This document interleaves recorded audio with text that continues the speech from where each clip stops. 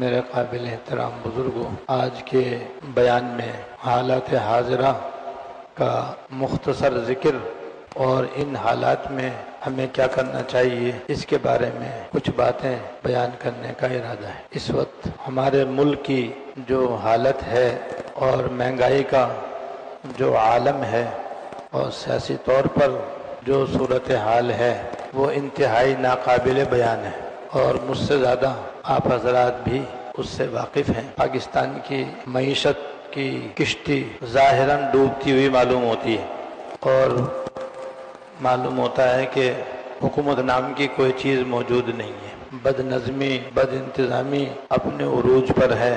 Pakistani currency کی value صفر ہوتی جا رہی ہے، ڈالر اڑتے اڑتے 200 سے بھی اوپر جا چکا ہے۔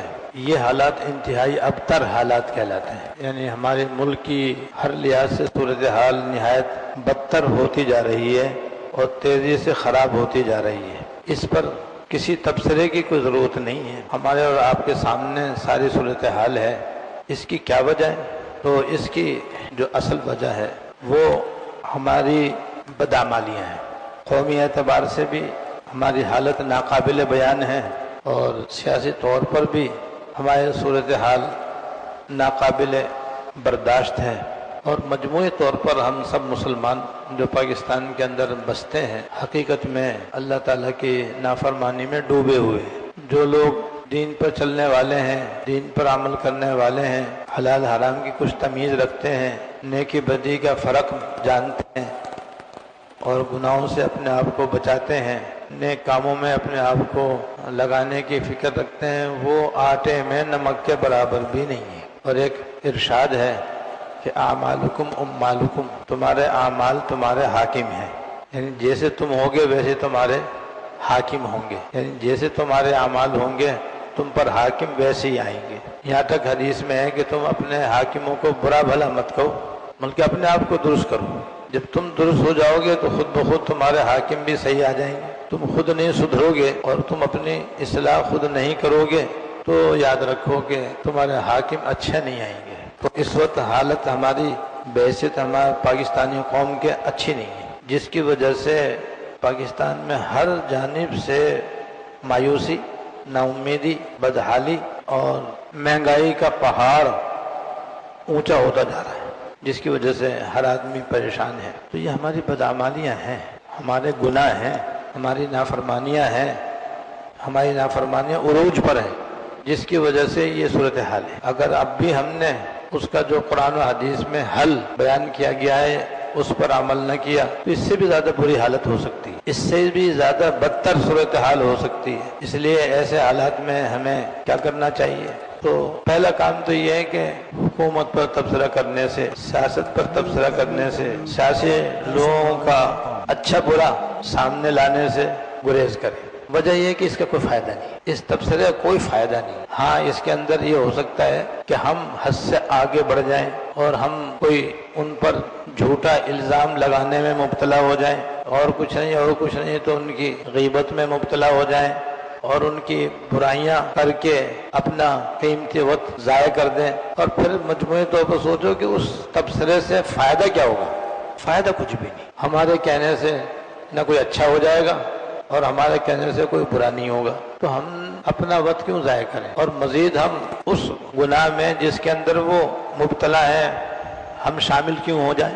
کوئی فائدہ نہیں اس کا۔ تو ایک کام تو یہ ہے کہ رات دن حاکموں کو برا کہنے سے کہ پہلی حکومت ایسی تھی اب ایسی ہے، یا یہ ایسی اور یہ ویسی ہے، بھائی تمہارے اس کہنے سننے سے تو وہ ان کی اصلاح ہوگی نہیں، وہ تو صحیح ہوں گے نہیں، وہ تو درست ہوں گے نہیں، اور ہم اپنا قیمتی وقت بھی ضائع کریں، اور ساتھ ساتھ یہ کہ ہو سکتا ہے ہم بھی غلط تبصرہ کر کے غلط باتیں کہہ کے اور الٹے گنہگار ہو جائیں۔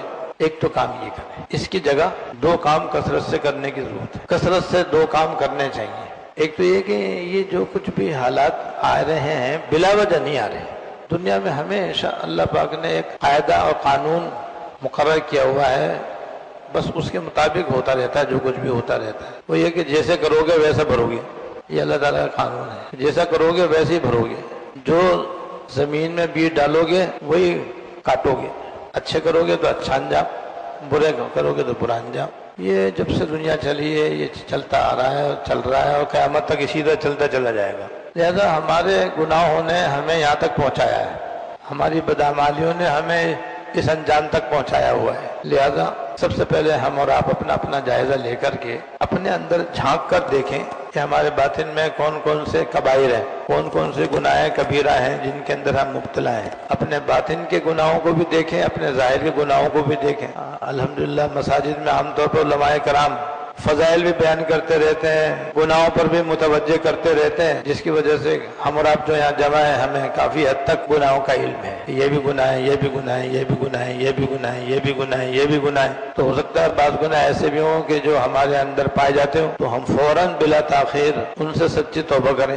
ایک تو یہ کام. اور دوسرے مسلمان چاہے وہ سیاست میں ہوں یا سیاست سے باہر، حکومت کے اندر ہوں یا حکومت سے باہر، عوام ہوں یا حکام، ان کے لیے ہدایت کی دعا کریں، ان کے لیے گڑ گڑا کر ہدایت کی دعا کریں کہ اللہ ان کو بھی ان گناہوں سے بچنے کی توفیق عطا فرمائے، اللہ ان کو بھی اس گناہ سے بچنے کی توفیق عطا فرمائے. کیونکہ دوسرے کے متعلق ہمارا اختیار نہیں ہے اور ہمارے ہاتھ میں ایسی طاقت نہیں ہے، ایسی قوت نہیں ہے، ایسا اقتدار نہیں ہے کہ ہم زبردستی ان کو ان گناہوں سے باز رکھ سکیں. بس یہ اختیار ہمیں اپنے اوپر تو ہے، اپنے گھر والوں پر تو ہے، گھر سے باہر والوں پر نہیں ہے، حکومت پر تو ہے ہی نہیں. جب نہیں ہے تو جو ہماری اختیار میں وہ کریں، اور جو اختیار سے باہر ہے اس میں دعا مقرر ہے، طے ہے بس.